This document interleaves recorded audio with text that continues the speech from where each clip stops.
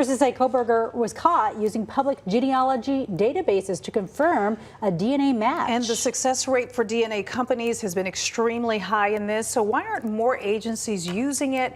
And is this truly the way of the future in forensics? True Crime Arizona's Brianna Whitney is here with a closer look at this technology. I've been talking about genetic genealogy for years now, covering true crime. It's probably the most revolutionary forensic advancement in decades. The companies who do this can put together DNA profiles from teeny tiny amounts of DNA and then trace it back many generations in databases and narrow down the family tree to find a match.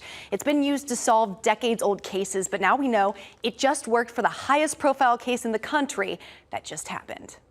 All eyes have been on the Idaho 4 as the country waited for answers about who could have committed such a horrid crime to innocent college students.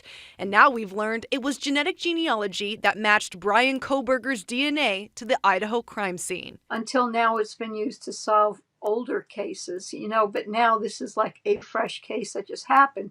So we're moving into the next era where it's been established, it's been proven. Colleen Fitzpatrick is a forensic genealogist and founder of the company Identifinders International. Some law enforcement have turned to her to solve cases when traditional technology can't.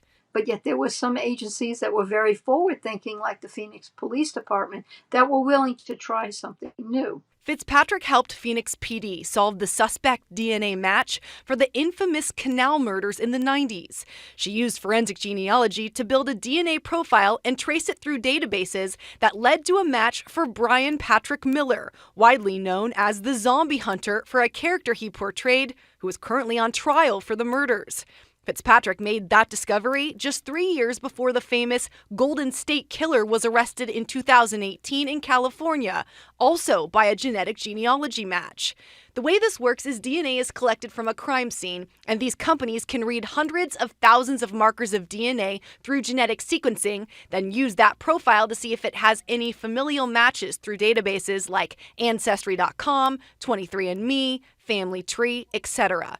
A company at the forefront of this is Othram, a company based in Texas that has the only purpose-built lab to do this kind of work all in-house, solving cases left and right. To focus on receiving very small amounts of DNA that's oftentimes very contaminated, very degraded. Their company solved the 1960 Little Miss Nobody case out of Yavapai County in Arizona, identifying a 4-year-old homicide victim who had no identity for decades. Companies like Othram and Identifinders International can build profiles from as little as 5 to 12 human cells.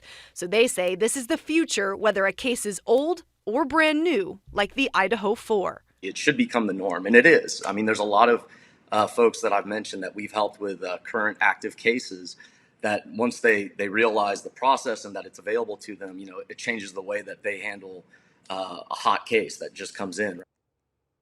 Just amazing technology here. Fitzpatrick says the Department of Justice says agencies are supposed to exhaust all other options before you go to genetic genealogy, but she's hoping moving forward that it can be used right away. Othram says it typically takes them about 12 weeks to build a profile and find a match, but if it's an active case with somebody dangerous on the loose, they can expedite that process to just a few days. Unbelievable It's technology. unbelievable. Yeah. So explain to us the difference between the CODIS database and the genetic genealogy companies. What's the difference? What are they doing differently here? It's about what they can look at DNA-wise. So the CODIS database can only match to offenders of violent crimes already in the system and can only look at about 20 markers of DNA. So you would need a really close family match. These genetic genealogy companies can look at hundreds of thousands of DNA markers, compare them to public databases, and get hits on, say, like a 7th cousin and trace that all the way back to the person they're looking for. And then you're not relying on somebody having to be arrested and have their DNA in the system. So it's kind of,